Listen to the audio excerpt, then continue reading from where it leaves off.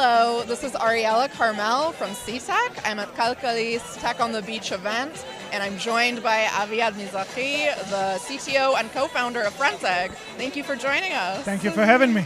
Now, can you start by telling us a bit about Frontegg and what it is that you do? Yeah, sure. So Frontegg is a 3.5 years old startup backed up by great VCs.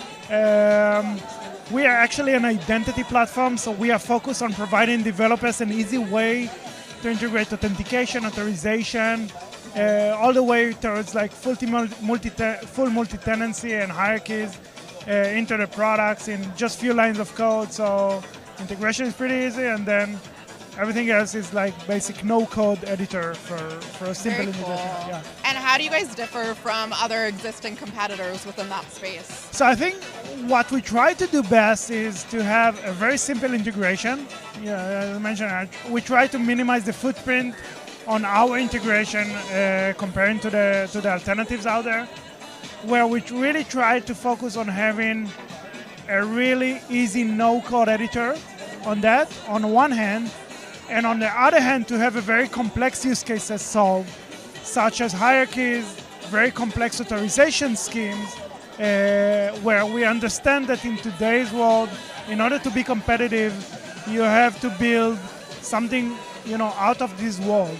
And you don't want to focus on authentication, authorization, and this kind of stuff.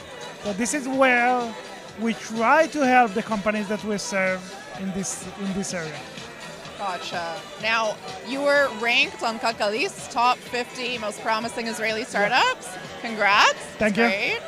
Can you speak a bit to what your goals are for the upcoming year? Yeah, obviously. So, as always, we want to gain more and more customers, and obviously more and more. We want to sell more as most. So, there's a tough economical situation out there, and for us, we see it as an opportunity because the startups over there and the companies over there, they have less resources and they want to focus more on their go-to-market. And this is where Frontegg comes in to help, because we can save like few developers for them in focusing, on what really matters for them.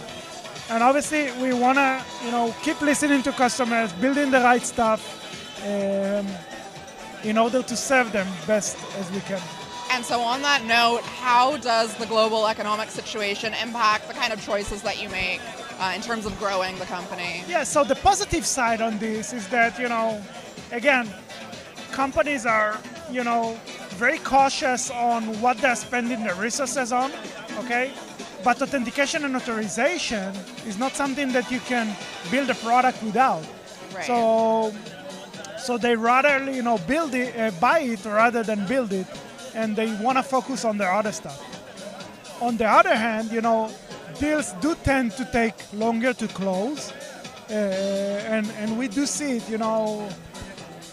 Companies are more hesitant to close stuff, and so. Do you also notice a change or a greater challenge in terms of attaining investments?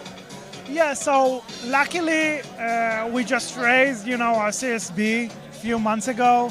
So we don't have to go to another round. Yeah.